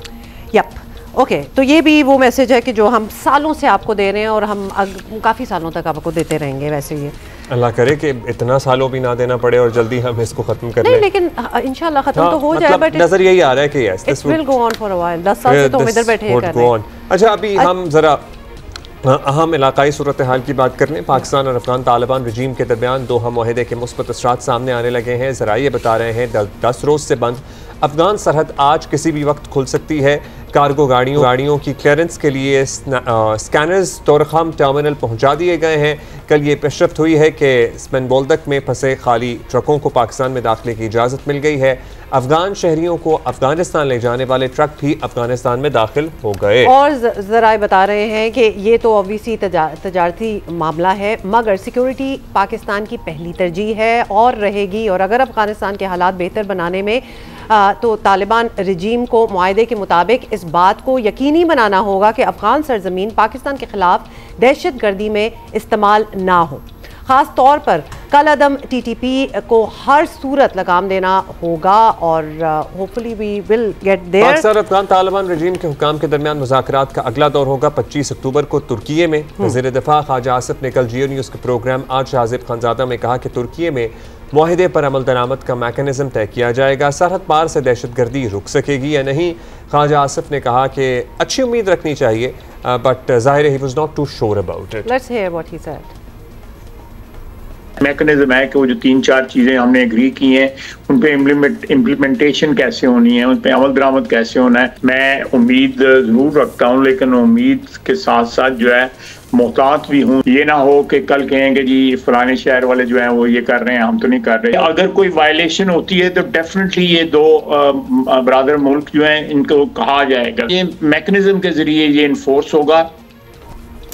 और आपको ये भी बता दें कि उधर चीन और सऊदी अरब ने पाकिस्तान और अफगान तालिबान रजीम में जंग बंदी का खैर मकदम किया है। सऊदी अरब ने कहा है कि कदम जो है दोनों मुल्कों में कशीदगी ख़त्म करेगा और होपफुली ऐसा चीन ने दोनों मुल्कों के दरमियान एक्चुअली तामीरी किरदार अदा करने की पेशकश भी की है, which is also very important. इसी पे बात करते हैं। डॉक्टर मलिहा लोधी साहब हमारे साथ मौजूद हैं, सीनियर सफारतकार हैं। शुक्रिया डॉक्टर साहब। डॉक्टर साहब, पाकिस्तान अफगानिस्तान तालिबान रजीम के दरमियान एक सीज़ फायर मुआहदा हुआ है। अब सरहदें भी खुल रही हैं, कुछ मामला तजारत के भी बेहतर हो रहे हैं जो रुका हुआ था। सो हालात नॉर्मलाइजेशन की तरफ होपफुली हमें लग रहा है कि जा रहे हैं। क्या उम्मीद रखें, ये अमन देरपा होगा, ये सीज़ फायर बरकरार रहेगा इस मरतबा, बिकॉज ज़ाहिर है गारंटीज मौजूद हैं बीच में? सीज़ फायर पाकिस्तान और अफगानिस्तान के दरमियान इफेक्ट में है, बॉर्डर्स पे खामोशी है, the guns have fallen silent, और आप ये कह सकते हैं कि सूरत हाल मामूल की तरफ जा रही है। लेकिन अभी भी हमें ये देखना है कि जो अगला दौर है मुज़ाकरात का, जो कि टर्की में एक्सपेक्टेड है अगले हफ्ते 25 तारीख को, तो वो बहुत अहम होगा और शायद फैसला कुन होगा। इसलिए कि उस मीटिंग में दोनों मुल्कों के जो नुमाइंदे हैं वो फाइनलाइज करेंगे वायदे को, एग्रीमेंट को, ताकि देर पा अमन कायम हो सके। और मुज़ाकरात का मकसद ये होगा कि एक ऐसा मैकेनिज्म बनाया जाए और उसको इम्प्लीमेंट किया जाए जो कि फिर मॉनिटर कर सके, जो कि पाकिस्तान का डिमांड रहा है, और वो ये कि TTP के हवाले से तालिबान की जो अथॉरिटीज़ हैं उनको TTP को रोकना है, रेन इन करना है, और ये प्रिवेंट करना है कि उनकी सरजमीन से कोई पाकिस्तान पे हमला हो और टेररिज्म जारी रहे। तो इसकी वेरिफिकेशन करना, इसकी मॉनिटरिंग के जो भी अरेंजमेंट्स होंगे उस पे एग्रीमेंट करना, फाइनलाइज करना। तो ये अब हमें देखना है कि ये टर्की में जो राउंड होगा नेगोशिएशंस का, इसमें क्या नतीजा निकलता है। जैसे कि आपको मालूम है पाकिस्तान तो मजबूर हो गया था, जो पाकिस्तान ने जो एक्शन लिया और उसके जवाब में फिर अफगान अथॉरिटीज़ ने भी जो एक्शन लिया, फिर पाकिस्तान ने उसका जवाब दिया। तो देखें इससे तो मेरा ख्याल है किसी को फ़ायदा नहीं होता कि हमारा जो वेस्टर्न बॉर्डर है वो अनस्टेबल हो। आपको मालूम है कि हमारा ईस्टर्न बॉर्डर पे हमें वैसे ही हमेशा थ्रेट रहती है भारत से। तो पाकिस्तान की तो देखें कितनी डेकेड से हमारी जो फॉरेन पॉलिसी और डिफेंस पॉलिसी रही है वो किस चीज़ पे मबनी रही है? वो तो इस चीज़ पे मबनी रही है कि पाकिस्तान टू फ्रंट सिचुएशन को अवॉइड करे। तो उसकी खातिर तो ये लाजमी हो जाता है, एक स्ट्रेटेजिक नेसेसिटी है पाकिस्तान के लिए कि किसी किस्म का देर पा अमन के लिए एक वायदा हो और तालिबान अथॉरिटीज़ को कमिट करवाया जाए कि वो ऐसी कोई चीज़ नहीं होने देंगे जिससे कि पाकिस्तान पे टेररिज्म के हमले हों, और वो TTP पे जो अश्योरेंसेस दे रहे हैं फ़िलहाल उसको वो पूरा करेंगे, होपफुली पूरा करेंगे। डॉक्टर साहब, दोहा में जो कुछ तय पाया वो तो ऑब्वियसली फौरी जंगबंदी और सीज़ फायर के लिए बात थी, लेकिन एक तफसीली डायलॉग होगा अब तुर्की में, जहां लॉन्ग टर्म मसाइल का हल जो है वो सामने आना चाहिए। पाकिस्तान को वहां क्या बात रखनी चाहिए और किस तरह यकीनी बनाएं कि तालिबान रजीम जो है वो पुरानी हरकतों पर वापस ना आए? पाकिस्तान की तो बॉटम लाइन बड़ी क्लियर है ना, और काफ़ी अरसे से क्लियर है। पाकिस्तान ने तो बार बार अफगान अथॉरिटीज़ को कहा, तालिबान लीडर्स को कहा कि उनको कंट्रोल करने के लिए TTP को ना सिर्फ कमिटमेंट और एश्योरेंसेस देनी चाहिए पाकिस्तान को, बल्कि उस पर अमल करना चाहिए। और इसके बावजूद कि माजी में वो एश्योरेंसेस देते रहे, लेकिन अमली तौर पे कुछ नहीं हुआ। और उसका नतीजा तो आपके सामने है कि पिछले 1 साल में जो सर्ज हुआ है टेररिस्ट अटैक्स का अफगानिस्तान की सॉइल से, जाहिर है उसकी वजह से पाकिस्तान के सिक्योरिटी फोर्सेस की कैजुअल्टीज जो है बढ़ती गई और हमारा बॉर्डर जो है अफगानिस्तान के साथ और अनस्टेबल होता गया। तो जाहिर है फिर इस सिचुएशन में तो क्लियर रेड लाइन है, बॉटम लाइन है, आप उसको जो मर्जी कह लीजिए, लेकिन पाकिस्तान तो फिर इन मुज़ाकरात में यही चाहेगा ना कि फ़िलहाल जो पहले राउंड में तालिबान नुमाइंदे जिन्होंने मुज़ाकरात में जो शामिल थे, उन्होंने जो अश्योरेंसेस दी हैं कि जी हम अपने सरजमीन से कोई इस तरह के हमले की इजाज़त नहीं देंगे, तो हमें देखना है कि ये अश्योरेंसेस कमिटमेंट्स में कैसे कन्वर्ट होती हैं और उस पर अमल कैसे करने को, यानी कि कैसे करते हैं उस पर अमल। तो कभी कभार तालिबान लीडर्स ने ये भी कहा, और शायद ये दोहा में भी इस किस्म की कोई बात हुई, कि वो तो चाहते हैं कि टीटीपी को कंटेन किया जाए और कंट्रोल किया जाए, लेकिन उनकी इतनी कैपेसिटी नहीं है या इनकी सलाहियत नहीं है कि वो पूरी तरह से कर पाए। तो इस किस्म का तो जवाब मेरा ख्याल है पाकिस्तान को नामंजूर होगा, और पाकिस्तान तो फिर यही चाहेगा, पाकिस्तान के जो मुज़ाकराती टीम है वो तो यही चाहेगी कि उनको कमिट करवाए तालिबान अथॉरिटीज़ को, और इस किस्म के जो बहाने हैं कि हम ये नहीं कर सकते और वो नहीं कर सकते, या कभी कभार वो कहते थे कि हमें वक्त चाहिए, हमें टाइम दीजिए, तो अब तो टाइम तो अब ख़त्म हो गया है। पाकिस्तान ने तो क्लियरली सिग्नल किया है कि the Taliban have to act, and if they don't act then there will be costs that they will have to pay, a price that they will have to pay for non-compliance with their own assurance and their commitment. Doctor साहब, पाकिस्तान अफगानिस्तान के ताल्लुकात में एक बहुत बड़ा factor India का भी है। अभी उनके फॉरेन ऑफिस का बड़ा एक हमारे वज़ीर दिफा कह रहे हैं लाड प्यार वाला टूर हुआ है इंडिया का। सो ज़ाहिर है उनका किरदार बड़ा गैर मामूली है, और हमने देखा है अफगानिस्तान का झुकाव भी ज़रा ज़्यादा हो गया है भारत की तरफ। इस इशू को हम कैसे हैंडल कर सकते हैं या कैसे देख रहा है पाकिस्तान इसे?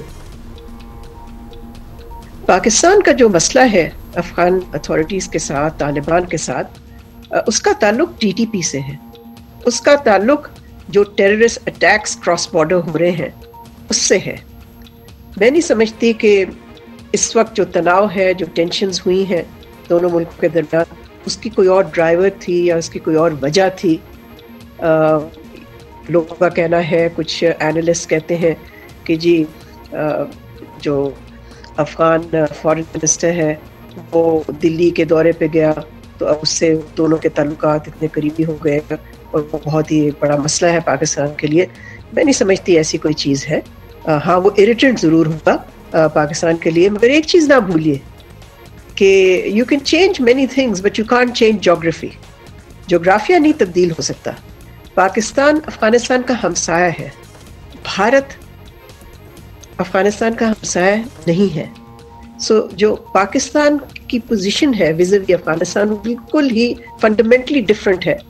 अफगानिस्तान जैसे आपको मालूम है ट्रांजिट ट्रेड के लिए टोटली रिलायंट है, टोटली डिपेंडेंट है ऑन पाकिस्तान। और भी मुख्तलिफ और हवाले हैं जिससे आप कह सकते हैं कि वो उनकी जो डिपेंडेंस है पाकिस्तान पे, उसकी नौयत ही और है जो उनके ताल्लुकात हैं भारत के साथ या जो बन रहे हैं भारत के साथ।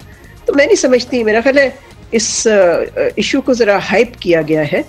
मैं नहीं समझती कि इससे पाकिस्तान को घबराने की कोई ज़रूरत है, because as I said geography doesn't change, history does, geography doesn't.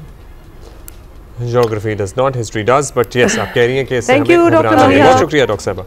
अभी ब्रेक लेंगे, वापस आएंगे थोड़ी देर में।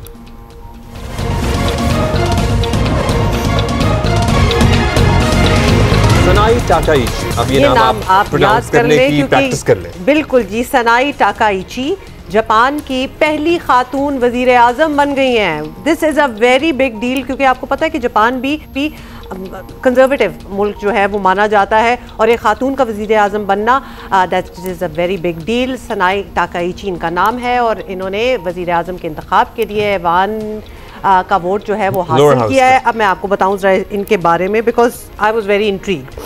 तो जी ये 64 इयर्स ओल्ड हैं और इनको कहा जाता है, कंजर्वेटिव हैं और इनको कहा जाता है Japan's iron lady because she is very inspired by Margaret Thatcher who was the original iron lady. आपको याद ही होगा ताकाहाची ने एक्चुअली 465 नशिस्तों वाले ऐवान में 237 वोट हासिल किए और आज शाम को ये 104th वजीर आजम ये इन्होंने हल्फ उठाया। अच्छा, she belongs to LDP's hard line wing और ख़ास तौर पे ये इनका थर्ड अटेम्प्ट है। She has been trying for this seat, ये पहले भी कर चुकी हैं, ये इनका थर्ड अटेम्प्ट है at becoming Japan's leader. She is 64 years old and she's the 4th PM in 5 years from her party। अच्छा, इनकी पार्टी जो है वो थोड़ी सी स्कैंडल हिट भी रही है इन द पास्ट फ्यू ईयर्स और ये अपनी पार्टी की चौथी प्राइम मिनिस्टर हैं 5 सालों में। हमें हम आपको पता है ना, अपने आप को क्वेश्चन करते हैं कि हमारे यहाँ ज़्यादा पूरी टर्म जो है वो पूरी नहीं करते हैं, ऑल दैट। काफ़ी दुनिया में बहुत कुछ हो रहा है जी। और ये जापान की पहली खातून वज़ीर आज़म होंगी, 104th उनके प्राइम मिनिस्टर आ रहे हैं और हम 1988 में मोहतरमा बेनज़ीर भुट्टो शहीद को वज़ीर आज़म के तौर पर पाकिस्तान मुंतखब कर चुका था। सो जहां हम बहुत सी बातों में कहते हैं कि पाकिस्तान दुनिया, वहाँ पाकिस्तान दुनिया से बहुत आगे भी है और अभी भी दुनिया के बड़े बड़े मुल्क हैं जहाँ पर कोई खातून सदर नहीं आ सकी। एब्सोल्युटली, मतलब I mean case in point आप अमेरिका को देख लें, जिसको हम समझते हैं ना कि हर चीज़ जो अच्छी होती है, बेहतर होती है और फ्यूचरिस्टिक होती है वो अमेरिका में होती है। Well not really. जब बेनज़ीर भुट्टो भी प्राइम मिनिस्टर बनी थी, that was ahead of its time by the way for the Muslim world. तो खैर, इनका नाम दोबारा से याद दिलाएं पढ़े बगैर। सनाई ताकाहाची। बड़ा याद रह गया, आपको जापान जाना पड़ेगा। ओके जी, मूविंग ऑन। अभी खबर ये है हमारे पास कि सफारी पार्क लाहौर चिड़ियाघर में 8 साल बाद नए जिराफों का, जिराफ्स का इजाफा हो रहा है। जनूबी अफ्रीका से 8 जिराफ्स मंगवाए गए हैं। रुक जाए इधर ही आप, क्यों?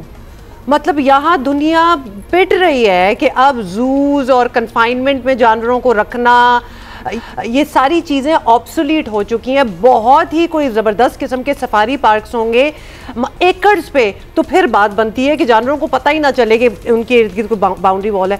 तो इन 8 का आना नॉट मेकिंग सेंस। लाहौर का सफारी पार्क वैसे खासा एकड़ों पे मुहित है, लेकिन अब जू में क्या इंतजाम है ये बताएं। लाहौर के सफारी पार्क के ठीक हालात हैं, लेकिन जू को भी रिवैम्प किया गया था, लेकिन जू का जाहिर एक कन्फाइंड एरिया होता है और जू में ऑलरेडी अमवात हो चुकी है जिराफ की। बिल्कुल, ये लाहौर जू में ऑलरेडी जिराफ जो हैं वो पहले मर चुके हैं, तो अब मजीद ला के उनको देना, ये इट्स नॉट मेकिंग सेंस। और ये भी बात हकीकत है कि आलमी सतह पर चिड़ियाघरों का तस्वुर अब बदल रहा है। बच्चों की या अपनी एंटरटेनमेंट के लिए हम जानवरों को इस तरह कन्फाइंड स्पेसेस में या उन्हें कैद में, जिराफ का तो चले कोई जंगला नहीं होता, लेकिन अदरवाइज जो जंगलों में रखे गए जानवर होते हैं वो तो बहुत ही ऑब्सोलीट कॉन्सेप्ट लगता है। कभी आपने बंदरों के जंगले देखे?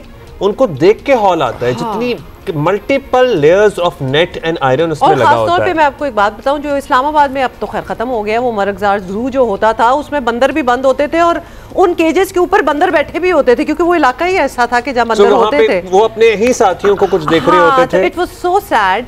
जानवरों को ऑफ कोर्स खुले और कुदरती जो एक माहौल होता है उसमें रखना चाहिए। लाहौर जू में 10 साल में 2008 से 18 तक 6 जिराफे मर चुके हैं। 6 जी, बिग नंबर। तो किस बिना पे उनको दोबारा दिए जा रहे हैं? सो इसकी क्या तैयारी है, इसकी क्या इंतजामात हैं और क्यों चिड़ियाघर में लाया जा रहा है? पंजाब हुकूमत का मौकफ है कि महकमे में आलमी मयार के मुताबिक इस्लाहात की गई हैं और इंतजामिया के मुताबिक रमा हफ्ते के दौरान सफारी पार्क में रश में नुमाया इजाफा भी हुआ है, तो इन्होंने कुछ बेहतरियां डाली हैं। सफारी पार्क तो खासा रिवैम्प हो गया। लाहौर जू भी पूरा उखड़ के आपको पता है बंद रहा है, फिर दोबारा पूरा रिवैम्प हुआ है। बट क्या वो स्पेसेस बढ़ा देंगे? मतलब जो जहाँ शेर बंद किया जाता है ना सफारी, तो वो जरा बाय लेवल है, but it's still not big enough. It's a शेर आफ्टर ऑल। कितना बड़ा कर लेंगे आप? हम जहाँ रानों की प्ली यहाँ पे दुनिया के सामने रखते हैं और जिस हालत में है, यहाँ कराची में जू, और याद है आपको हाथी कावन, तो फिर यहाँ हाँ, और Kaavan and you know Noorjahan and so many हथनीज। सो ये क्या जिराफे जो मंगवाए गए हैं। कुछ साल पहले हमने कराची में एक घर में किसी के प्राइवेट जिराफ भी देखे हुए हैं जी, ऐसा बाहर से गुजरते हुए हमें नजर आए, ऊपर दीवार से हाँ, मतलब इतनी लंबी उनकी नेक्स होती हैं, तो वो बेचारे बाहर झांक रहे थे एंड आई वाज शॉक्ड, लेकिन किसी ने रखे हुए थे। अच्छा, इस पे बात करते हैं। हिरा बतूल हैं जी हमारे साथ। है, बिल्कुल है जी। हिरा बताइएगा पहले क्या तो मौक़िफ़ है इंतज़ामिया का, क्योंकि ज़ाहिर है अभी हमने रानो का केस कवर कर रहे हैं, सिंध हाई कोर्ट से रिमार्क्स भी आए जज साहब के कि अब इट्स वेरी ऑब्सोलीट। 2025 में हम जानवरों को कन्फाइंड स्पेसेस में रखेंगे अपनी एंटरटेनमेंट के लिए। ये भी बताएं कितने जिराफ आए हैं? जी मैं इस वक्त लाहौर ज़ू में मौजूद हूँ और आप मेरे अक्कम में जैसे देख रहे हैं कि यहाँ पे एक जिराफ है जो कि बहुत पुराना है।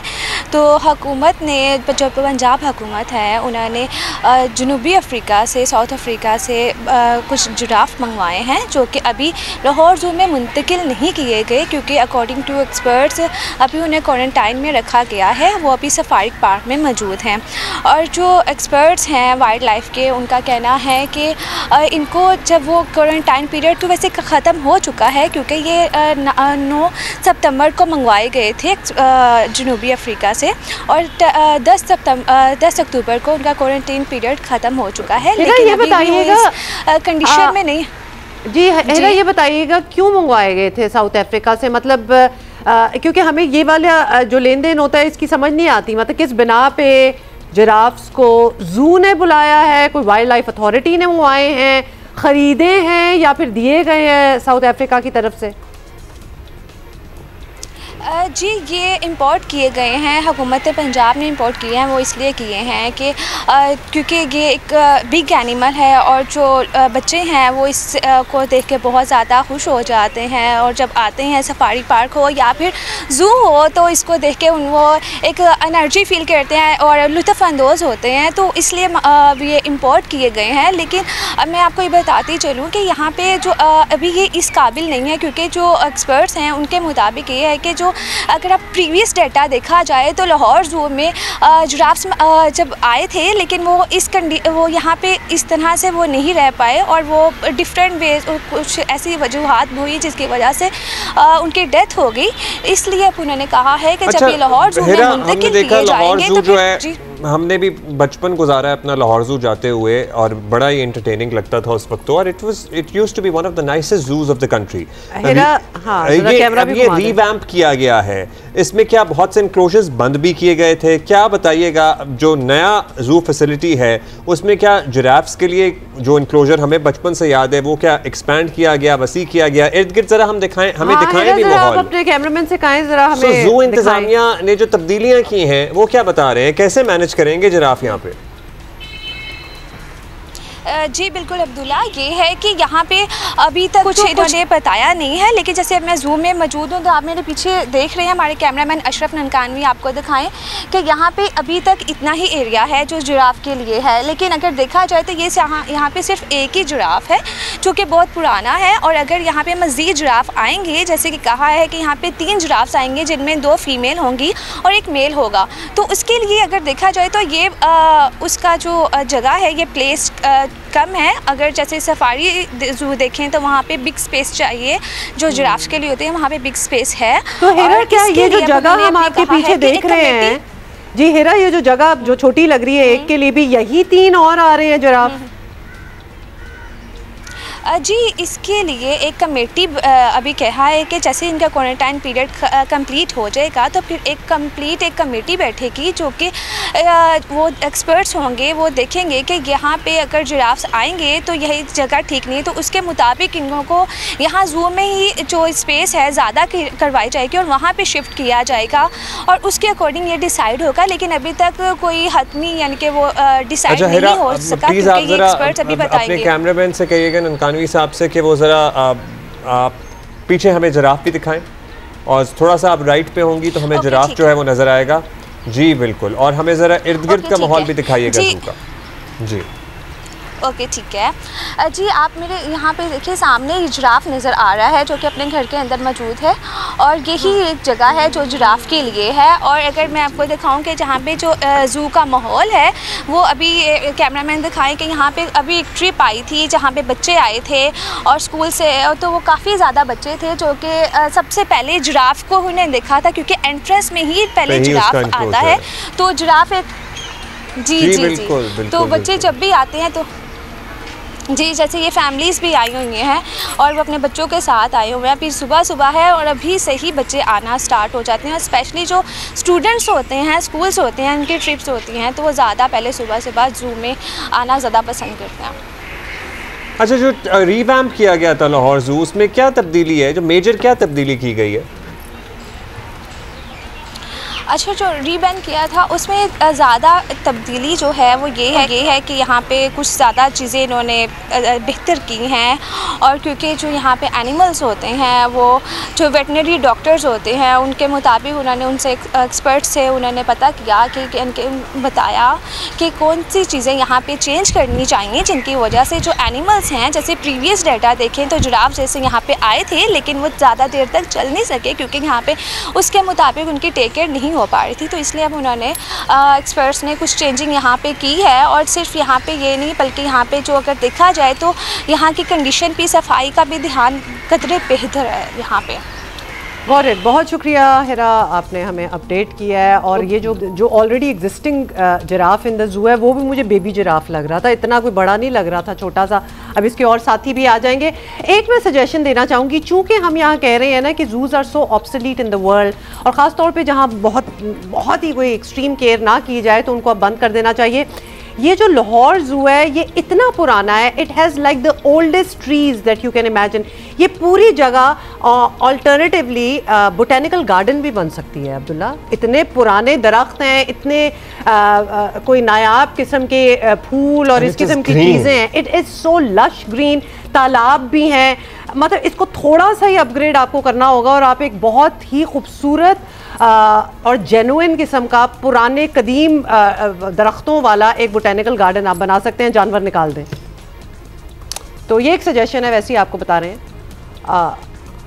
मतलब पंजाब हुकूमत के लिए ये है नेचुरली आइडिया हम दे रहे हैं, बिकॉज़ ज़ूज़ आर आउटडेटेड। ज़ाहिर है, then you can manage and you can manage these animals. तो फिर आप वहाँ पे रखें और जिसने जाना है जानवर देखने के लिए ज़रा तरद्दुद करें और सफारी पार्क चला जाए। मतलब इसकी तो खैर हम खूबसूरत है, इसको तो यूटिलाइज किया जा सकता है। अच्छा जी, that is it and we're gonna see you tomorrow. I'm gonna see you tomorrow. क्यों? Where am I? Have a great day.